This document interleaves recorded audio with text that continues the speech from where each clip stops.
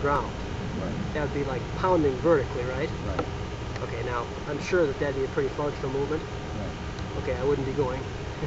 Right. And if you saw me doing this, and I said, Mark, I can't pound with the shit, would you grab my shoulders and make sure they moved a little bit more, or would you make sure you did this? Now, if I got vertical pounding, and then I say, okay, now we're not vertical anymore, we're horizontal, guess what I do? See, what I see from you, it's here. It's here. There's no natural, and you want it, well, you want me to grab your shoulders and pull them up and down a little bit more.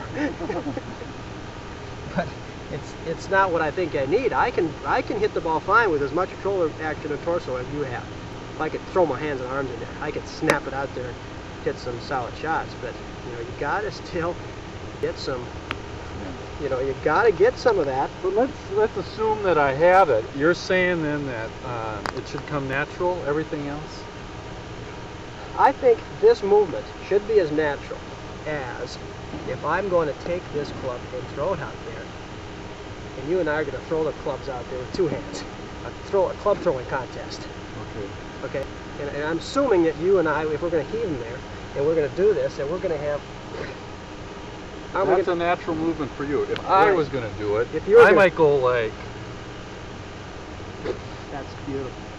Really? So that's... I mean, and that's a full turn. Yeah, Okay. but see what happened to your hands and your arms?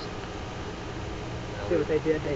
They went something like, you mean if I'm going to throw it out there, are you going to go, yeah, well, guess what happened? Now all of a sudden we put a ball there and you go,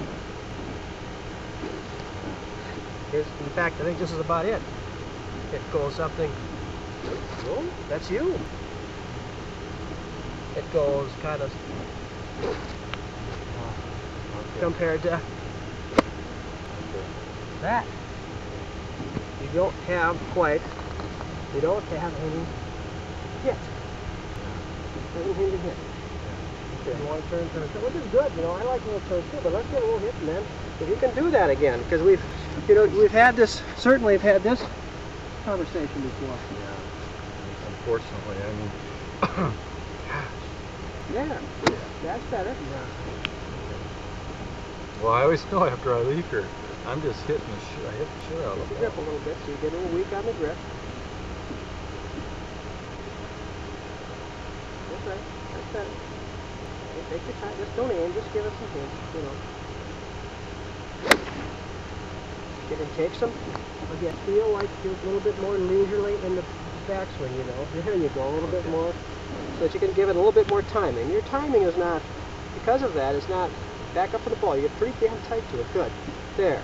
I'll take some time going back. Now that's better. Still very, I would say, rapid on the way back. Compared to. Okay, so take your time going back now. Back up from the ball. You crowd it. That's where you can put if you're on the heel also. Okay, take some time going back.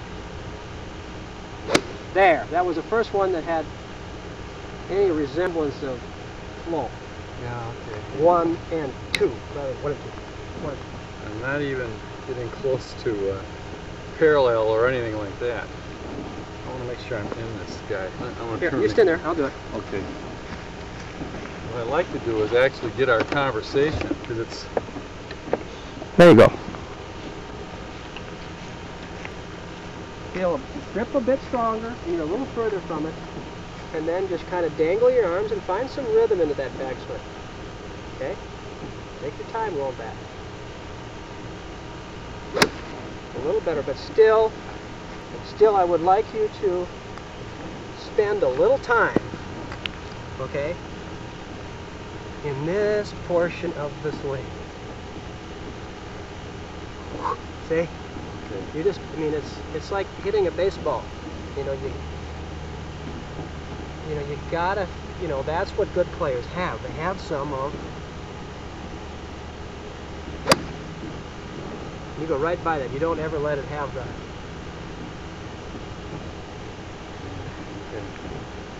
you know, it always seems like it's so handsy. Yeah, well. You know, and we're, like we've talked about before, we're not conditioned that way, really. Yep. In the yeah, and I would think manuals. as I talk about handsy, and I'm sure as you see this in your tape here, if I go like this, and now if you tape and watch the swing, I don't think you're going to see someone that would call a real handsy swing. No, you aren't. Oh, it looks great. No, you're right. It's just, you know, it's that's what I've got to think of. Well, that's my swing thought, isn't it? That I've got to. So weight transfer. Let's just say then, okay, because you're not going to be able to spend 2 weeks with me in a row No. here. See, so as I start finding myself hitting that ball well, and I know I will. But then I get into different things like weight shift. Well, I think, you know, eventually, you know, I would hope, you know, because as I teach young kids that are instinctive, I don't have to teach them weight shift. You know, like here's a grip. We want the club to swing up to this side, and we want the club to swing over to this side. And you're hitting some, that's where it goes. I don't have anybody going like this when they're 6. That takes when they're about 12, until their dads told them not to keep their head still for a while. So what's going to happen is that once you gain a feel for the end of this club, the weight of this thing, your body's gonna naturally, it's like throwing a ball. But so you do get all your weight over there. Well, of course, you know, not all, but a good percentage of it. Even on the short stuff? Well, I mean, how short are you talking? Well, a little, 7-iron. I mean, let's say a 7-iron, full swing 7-iron.